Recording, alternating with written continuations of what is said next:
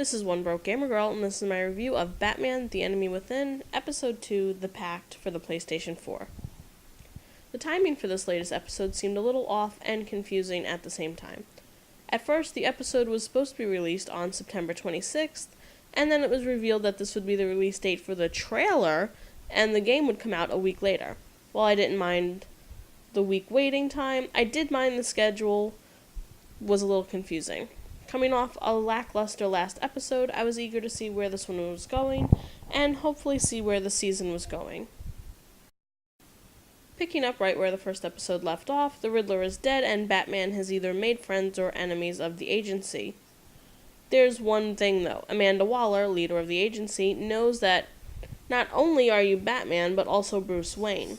Knowing that she knows your secret identity might change how you play now, and it might not. Moving on, though, you'll spend most of this episode as Bruce as you infiltrate the Riddler's gang, who are still going on with their plans despite his death. This means that you'll basically have to team up with the Joker for this one and get introduced to new characters like Harley Quinn, Bane, and Mr. Freeze. Your task for this episode is for them to accept you and let you into their little club of criminal activities.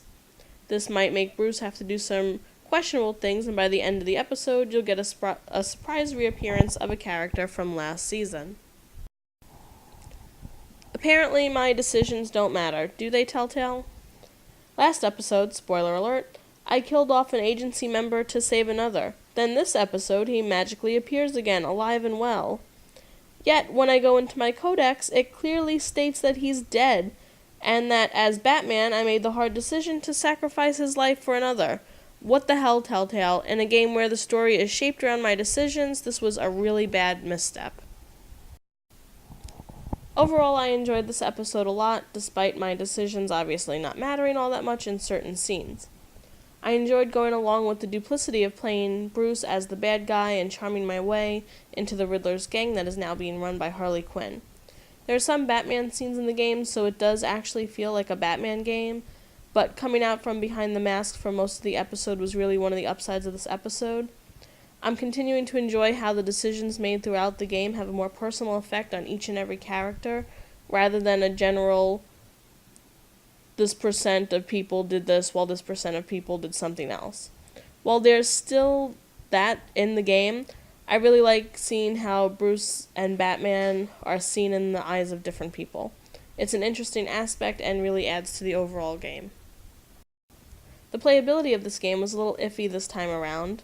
Loading times were a little longer, and it felt like in a few spots the game was going to stall. There was also a little misstep of not picking up on my decisions. This also happened in Minecraft Story Mode Season 2, Episode 3, Jailhouse Block, which you can watch my review by clicking on the link in the description below. This isn't a good trend for Telltale since their games are heavily based on player decision. There was also the little problem of the game crashing after the actual game played out. I went to get my episode decision snapshot like I normally do, and when I did, the game crashed. It was weird, but not a good thing. Other than that, I found the QuickTime events to run flawlessly and effortlessly, which was nice since there was a lot of them. Only one during the course of the game tripped me up and caused me to start over, but that was about it. The graphics for this episode remain the same from the last episode and the last season, and are one of the highlights of the series as a whole. They really make you feel like you're in a Batman comic, which is what I'm assuming Telltale was going for. In that respect, I have to say good on you, Telltale, for a job well done in the graphics department.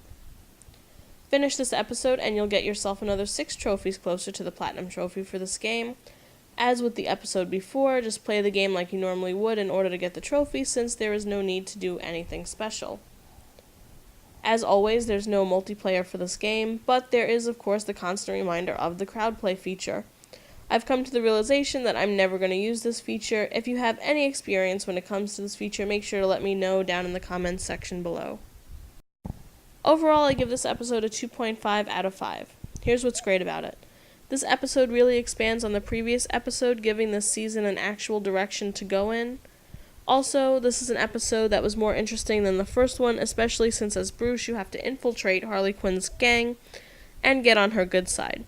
Not to mention, the graphics continue to be a plus when it comes to this game, as they only enhance the overall gameplay.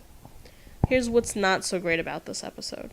The loading times taking longer and almost stalling didn't help this episode one bit, and were the cause of some tension as I played. Also, in a game where your decisions tailor the story and the general direction of how things play out, apparently my decisions didn't matter all that much, and that one little scene ruined it for me, as it was constantly nagging me in the back of my mind to try to think back and figure out what I actually did last episode. I know my rating for this episode, which was actually good, was a little harsh, but the reasoning behind that is because of the whole decisions not mattering thing. I can overlook the loading time fails and the almost stalling, but the decision thing just really ticks me off. Don't make me make life or death decisions within the game only to change them in the next episode. This seems like a common trend since 2 games have now done this, and it's not a good way going forward. For now, I'm going to say hold off on this game until there are some more patches that hopefully fix this issue. Other than that, after the cliffhanger ending, I look forward to seeing how the next episode plays out. Here's hoping that my decisions actually carry over to the next episode.